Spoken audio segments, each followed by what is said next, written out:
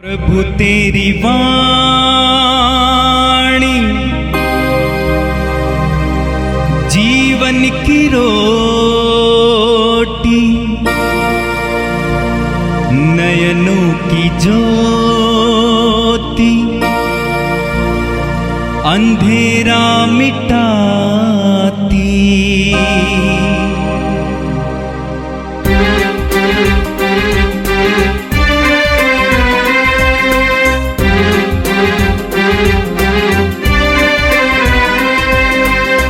प्रभु तेरी वाणी जीवन की रोटी, नयनों की ज्योति, अंधेरा मिटाती। प्रभु तेरी वाणी जीवन की रोटी, नयनों की ज्योति, अंधेरा मिटाती। वाणी वाणी वाणी वाणी वाणी पवित्र है, शाश्वत है, जीवन का मन्ना है। 9 सितंबर बृहस्पतिवार। पहला पाठ कलुस्सियों के नाम संत पौलुस का पत्र, अध्याय 3, वचन संख्या 12 से 17 तक। आप लोग ईश्वर की पवित्र एवं परम प्रिय चुनी हुई प्रजा हैं, इसलिए आप लोगों को अनुकंपा, सहानुभूति, विनम्रता, कोमलता और सहनशीलता को धारण कर लेना चाहिए। आप एक दूसरे को सहन करें और यदि किसी को किसी से कोई शिकायत हो तो एक दूसरे को क्षमा करें। प्रभु ने आप लोगों को क्षमा कर दिया है, आप लोग भी ऐसा ही करें। इसके अतिरिक्त आपस में प्रेम भाव बनाए रखें। वह सब कुछ एकता में बांधकर पूर्णता तक पहुंचा देता है। मसीह की शांति आपके हृदयों में राज्य करे। इसी शांति के लिए आप लोग एक शरीर के अंग बनकर बुलाए गए हैं। आप लोग कृतज्ञ बने रहें। मसीह की शिक्षा अपनी परिपूर्णता में आप लोगों में निवास करे। आप बड़ी समझदारी से एक दूसरे को शिक्षा और उपदेश दिया करें। आप कृतज्ञतापूर्ण हृदय से ईश्वर के आदर में भजन, स्तोत्र और आध्यात्मिक गीत गाया करें। आप जो कुछ भी कहें या करें वह सब प्रभु के नाम पर किया करें। उन्हीं के द्वारा आप लोग पिता ईश्वर को धन्यवाद देते रहें।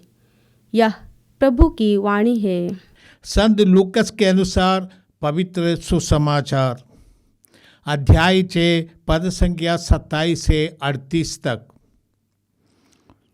यीशु ने अपने शिष्यों से ये कहा, मैं तुम लोगों से जो मेरी बात सुनते हो कहता हूँ, अपने शत्रुओं से प्रेम रखो, जो तुमसे बैर करते हैं उनकी भलाई करो, जो तुम्हें शाप देते हैं उनको आशीर्वाद दो, जो तुम्हारे साथ दुर्व्यवहार करते हैं उनके लिए प्रार्थना करो, जो तुम्हारे एक गाल पर थप्पड़ मारता है दूसरा भी उनके सामने कर दो, जो तुम्हारी चादर छीनता है उसे अपना कुर्ता भी दे दो। जो कोई तुमसे मांगे उसे दे दो, और जो तुमसे तुम्हारा अपना छीन ले उसे वापस मत मांगो। दूसरों से अपने साथ जैसा व्यवहार चाहते हो वैसे भी उनके साथ वैसा ही किया करो। यदि तुम उन्हीं को प्यार करते हो जो तुम्हें प्यार करते हैं तो इसमें तुम्हारा पुण्य क्या है? पापी भी अपने प्रेम करने वालों से प्रेम करते हैं। यदि तुम उन्हीं की भलाई करते हो जो तुम्हारी भलाई करते हैं तो इसमें तुम्हारा पुण्य क्या है? पापी भी ऐसा ही करते हैं। यदि तुम उन्हीं को उधार देते हो जिनसे वापस पाने की आशा करते हो तो इसमें तुम्हारा पुण्य क्या है? पूरा पूरा वापस पाने की आशा में पापी भी पापियों को उधार देते हैं। परंतु अपने शत्रुओं से प्रेम रखो, उनकी भलाई करो और वापस पाने की आशा ना रखकर उधार दो, तभी तुम्हारा पुरस्कार मगान होगा और तुम सर्वोच्च प्रभु के पुत्र बन जाओगे, क्योंकि वो भी कृतज्ञों और दुष्टों पर दया करता है। अपने स्वर्गीय पिता जैसे दयालु बनो, दोष ना लगाओ और तुम पर भी दोष नहीं लगाया जाएगा। किसी के विरुद्ध निर्णय ना दो और तुम्हारे विरुद्ध भी निर्णय नहीं दिया जाएगा। क्षमा करो और तुम्हें भी क्षमा मिल जाएगी। दो और तुम्हें भी दिया जाएगा। दबा दबा कर, हिला हिला कर, भरी हुई, ऊपर उठी हुई पूरी की पूरी नाप तुम्हारी गोद में डाली जाएगी, क्योंकि जिस नाप से तुम नापते हो उसी से तुम्हारे लिए भी नापा जाएगा। यह प्रभु का दिव्य सुसमाचार है। क्रिस्त प्रभु की जय। प्यारे भाई और बहनों, आज के प्रथम पाठ में कुलुसियों के नाम पौलुस का पत्र से हम पाठ सुने हैं। पौलुस कुलुसियों के विश्वासियों को पत्र लिखते वक्त अध्याय 3 में इन बातों को ध्यान दिलाते हैं कि कुलुसियों के विश्वासी जिन्होंने प्रभु को अपनाया है, शिष्यत्व स्वीकार किया है और यहाँ तक कि बपतिस्मा स्वीकार किया है, ऐसे विश्वासियों को पौलुस लिखते हैं कि बपतिस्मा के माध्यम से वे लोग यीशु मसीह के दुख भोग, मृत्यु और उनका पुनरुत्थान का सौभागी बने हैं और यीशु के साथ मर गए और जी उठे हैं। इस कारण उन्हें एक नया जीवन है, यीशु में वो जीवित रहता है। पुनर्जीवित यीशु में एक नई सृष्टि बन जाने के कारण विश्वासियों से पौलुस से उम्मीद रखते हैं कि वह विश्वास के अनुरूप आचरण करे, नया जीवन बिताए, पुरानी जैसा नहीं। यीशु में विश्वास के पहले कि जो पाप का जीवन वे लोग बिताते थे, अब पाप का कर्म को पूर्ण रूप से छोड़ देना और विश्वासी बनकर नई दृष्टि से यीशु के शिक्षा के अनुसार जीवन जीना, यही पौलुस की इच्छा है। हम नए बन गए। पौलुस कहते हैं कि यीशु से मिलने से कहता है कि मेरे लिए जीना ही मसीह है और मर जाना मेरे लिए फायदा है, पूर्ण प्राप्ति है। To live is Christ, to die is gain. जब तक हम जीवित रहते हैं यीशु की शिक्षा के अनुसार जिए, यीशु का हम अपने जीवन के द्वारा प्रतिबिंबित कर सकते हैं। इसलिए पौलुस आज कहते हैं, आप लोग ईश्वर की पवित्र एवं परम प्रिय चुनी हुई प्रजा है। ये ईश्वर का देन है कि ईश्वर ने आप लोगों को चुना है, विश्वास में हम आए। ये हमारे लिए एक वरदान, एक कृपा है, हमारा अपनी करामत नहीं, ईश्वर का प्रेम है। इसलिए ईश्वर ने हमें अपनी ओर बुलाया, चुन लिया। और जैसे पेतरुस पहला पत्र अध्याय 2 पद संख्या 9 में लिखते हैं कि आप लोग चुनी हुई प्रजा है, एक राजकीय राज्यवंश, और कहते हैं कि और ईश्वर की निजी प्रजा, एक पवित्र राष्ट्र। ये वरदान है, कृपा है, हम कमा नहीं सकते, ये कृपा मुफ्त में दिया जाने वाला। इसलिए पौलुस लिखते हैं कि आप लोग ईश्वर की पवित्र और परम प्रिय चुनी हुई प्रजा है। यही हमारे लिए नया बनने का एक कारण है। आप लोग ईश्वर की चुनी हुई प्रजा है, इसीलिए आपको स्वर्ग की बातों पर ध्यान देना है, आध्यात्मिक बातों पर ध्यान देना है। संसार की दृष्टि से दुनिया को नहीं देखना, यीशु की दृष्टि से इस दुनिया को देखना और दुनिया का मूल्यांकन कर देना। जब तक हम यीशु के अनुरूप जीवन बिताएंगे तब हम ईश्वर की महिमा प्रकट करते हैं। संत आइरेनियस ने कहा कि man fully alive is the glory of God. जब मनुष्य पूर्ण रूप से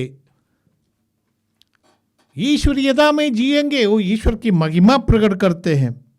पौलुस कहते हैं विश्वासी आप लोग परम प्रिय है। ईश्वर का प्रेम के कारण आप ईश्वर द्वारा चुने गए हैं। ईश्वर के परम प्रिय होने के कारण पौलुस विश्वासियों से आग्रह करते हैं कि वे विश्वास को धारण करें, वो प्रेम को धारण करें। और प्रेम का व्यवहार पौलुस आज 5 बात करते हैं। एक अनुकंपा, सहानुशीलता, सहानुभूति माने काइंडनेस, विनम्रता माने अपने को नम्र समझना। जैसे यीशु ने पौलुस से एक उदाहरण देते हैं फिलिपियों के नाम पत्र में अध्याय 2 पद संख्या 3-4 में, यीशु यद्यपि ईश्वर होते हुए भी उन्होंने अपने को नम्र बनाया और एक मनुष्य का स्वभाव धारण कर, एक गुलाम का जीवन धारण कर वे हमारे लिए मरे। यही उनकी नम्रता है। और कोमलता, मीकनेस और सहनशीलता, पेशेंस। क्षमा करना ही एक निर्णय होता है, एक केवल एक कामना नहीं परंतु एक निर्णय है, एक मनोभाव है। ये हमें अनुग्रह के कृपा के कारण हमें वो मनोभाव हो सकता है। बदला लेना, द्वेष करना और प्रतिशोध करना ये मनुष्य को ज़्यादा जंगली बना देता है, जानवर जैसा बना देता है। जानवर क्षमा नहीं कर सकता, वो बदला लेने की भावना रखता है, परंतु जितना इंसान क्षमा करेंगे उतना वो उसमें ईश्वरीयता है। इसलिए पौलुस अपने विश्वासियों को कहते हैं कि आप लोग ये अपने बुलाहट के अनुसार जीवन यापन करें और मसीह की शिक्षा की परिपूर्णता प्राप्त करें। इतना ही नहीं, मसीह की शांति आपके दिल में निवास करे। पौलुस इसलिए कहते हैं हर चीज़ को धन्यवाद के साथ करें, हर चीज़ श्रद्धा भक्ति आप प्रेम से करें और ईश्वर को धन्यवाद देते हुए करें। यही हमारा जीवन ही है। संपूर्ण जीवन में एक धन्यवाद का बलि के रूप में ईश्वर को समर्पित करना है। आज के सुसमाचार में प्रभु यीशु अपने नए शिष्यों को उपदेश देते हैं। यीशु पहाड़ पर रखे थे, प्रार्थना करने के बाद शिष्यों को चुना था, इसके बाद वो मैदान पर आए और अपने शिष्यों को उपदेश देते हैं और जनता को उपदेश देते हैं। इसे सबसे महत्वपूर्ण उपदेश है कि आप अपने शत्रुओं को प्यार करो। यीशु का सबसे महान उपदेश है, शत्रुओं को अपने जैसा प्यार करो। ये तो आसान नहीं है, परंतु यीशु कहते हैं नहीं, अपने दुश्मनों को अपने समान प्यार करो।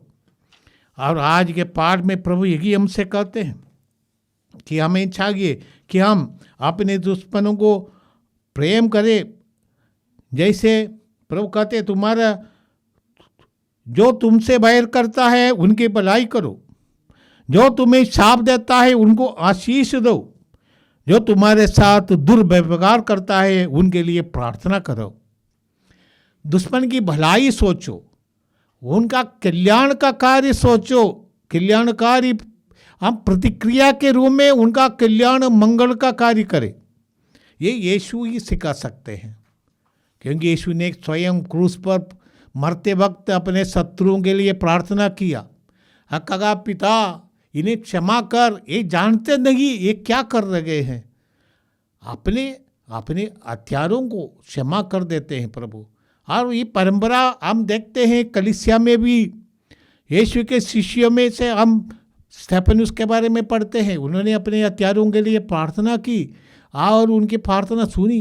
पौलुस जो शाऊल नाम का ये यहूदी नवयुवक था और अपने संप्रदाय के लिए कठोर और कठोरता से आतंक करने वाला व्यक्ति था, उनका मन परिवर्तन हो गया। शायद ईश्वर ने उनकी स्टेफनुस की प्रार्थना को सुनी। आदि कलीसिया में प्रेरितों ने अपनी जान दे दिया सुसमाचार के लिए, शत्रुओं को आशीष दिया और कहते ये सब उनके लिए मन परिवर्तन का अवसर है। शत्रुओं का मन परिवर्तन के लिए कामना करते थे। हम जानते हैं कि हमारे समाज में, हमारे समय में जॉन पॉल द्वितीय को गोली मारने वाला मोहम्मद अक्का नामक जो तुर्किस्तानी है, आतंकी था, उसको क्षमा करने के लिए संत पिता जेल गए थे उनसे मुलाकात करने के लिए और उनको क्षमा कर दिया।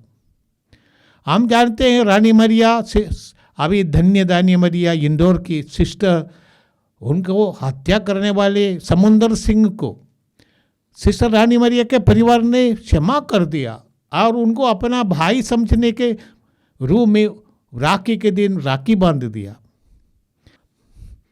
उड़ीसा में जो मिशनरी की हत्या की गई थी, उनके परिवार वालों ने उनका क्षमा किया। हमें प्रभु यीशु ने सिखाया है कि हम दुश्मनों को प्रेम करें। प्रभु ने कहा बुराई के बदले बुराई नहीं करना। तुम्हारा स्वर्गीय पिता जो भले और बुरे दोनों को समान रूप से प्यार करते हैं, आपने इसको भले और बुरे लोगों को समान रूप से उगाते हैं, प्रकाश देते हैं, पानी बरसाते हैं, क्योंकि हम जानते हैं कि इंसान को ईश्वर ने अपनी प्रतिछाया में बनाया है। हमारा शत्रु भी ईश्वर की प्रतिछाया में बनाया गया, परंतु परिस्थिति के कारण और पाप के बंधन में पड़ने के कारण वो बुरा निकला है। ये हमारी जिम्मेदारी होती है वो बुराई को छोड़ दे और वे उनका मन परिवर्तन हो जाए, नया व्यक्ति बन जाए और बुराई को छोड़कर नया बन जाए। प्रभु हमसे यही चाहते हैं। प्रभु यीशु ने कहा जैसे मैंने तुमको प्यार किया वैसे तुम भी एक दूसरे को प्यार करो, यही नमूना है। और यीशु ने हमें प्यार किया क्रूस पर हमारे लिए, हमारे बदले मरकर। अब प्रभु ने कहा इससे बड़ा प्रेम किसी का नहीं कि वो अपने मित्र के लिए अपना जान दे। प्रभु यीशु ने अपना जान न केवल अपने मित्रों के लिए, सारे दुनिया के लिए, जो उनको यीशु को क्रूस में चढ़ाने वाले लोगों के लिए भी यीशु ने अपना जान दे दिया। और यही हमें मार्गदर्शन करता है कि हम हमारे जीवन में अपने शत्रुओं को प्रेम करके इस समाज को बदल डालते हैं। शत्रुता का सामना करना, प्रेम से सामना करना। यदि शत्रु के सामने, घमंडी शत्रु के सामने वो सोचता हो कि हम एकदम फेल है, हम दुर्बल है, परंतु यीशु ने कहा ये दुर्बलता की बात नहीं, ये आत्मीयता की बात है। और ऐसे क्षमा करने से हम इस दुनिया को बदल देते हैं। ईश्वर का राज वगाम शुरू है, क्षमा से ही शुरू है। ईश्वर के राज्य के अनुभव लोग तब करेंगे, ये परिवर्तन में देखेंगे। परिवर्तन बन, जैसे शाऊल का परिवर्तन हो गया, जीवन बदल गया। पर अब शाऊल यीशु के लिए सब कुछ छोड़ दिया, सब कुछ दुनिया के कोने कोने में जाकर सुसमाचार की सेवा करने के लिए गया। यही परिवर्तन है, जीवन बदल देता है। आइए हम प्रभु से निवेदन करें, हम प्रार्थना करें। ये प्रभु पौलुस ने जो शिक्षा में दी है कि हम नई सृष्टि बनकर यीशु को धारण करें और यीशु की शिक्षाओं और उनके आज्ञाओं का पालन करते हुए हम इस दुनिया को बदल सकते हैं। दुनिया को बदलने के लिए सबसे पहले हमको अपने आप को बदलना है। जब हमारा जीवन बदलेगा तो हमारा परिवार बदलेगा। जब हमारा जीवन परिवर्तित हो जाएगा, नई सृष्टि बनेगा, तो हमारा समाज बदलेगा। ये प्रभु तूने हमें सबसे महत्वपूर्ण शिक्षा दी है कि अपने दुश्मनों को क्षमा करो। ये प्रभु हम क्षमा करना इतना आसान नहीं होता है। जितने हमें बिगाड़ दिया है, हमारा नुकसान दिया है, बदला देने की भावना हर एक इंसान के मन में उगता है, परंतु पवित्र आत्मा की प्रेरणा से, आशीष से, बदला देने की भावना, क्षमा करने का, सहानुभूति दिखाने का एक प्रेरणा मिलती है। जैसे वो भले समारी को ये प्रेरणा मिली थी, उसने वो यहूदी जो रास्ते पर पड़े थे, शत्रुओं के हाथ में पड़े हुए है, डाकुओं के हाथ में पड़े हुए है, वो यहूदी को उसने सेवा की, ले लिया, सत्र में ले गया, उनकी शुश्रूषा के लिए प्रबंध किया। ये प्रभु तू हमें भी ये प्रेरणा दे, हमारे समाज में, हमारे परिवार में, हमारे देश में हर प्रकार की दुष्टता, हर प्रकार की दुश्मनी, हर प्रकार की तनाव समाप्त हो जाए, ईश्वर का राज्य का उदय हो जाए, ये प्रार्थना करते हैं हमारे प्रभु क्रिस्त के द्वारा। आमीन। प्रभु तेरी वाणी जीवन की रोटी, नयनों की ज्योति, अंधेरा मिटाती। वाणी वाणी वाणी वाणी वाणी पवित्र है, शाश्वत है, जीवन का मन्ना है।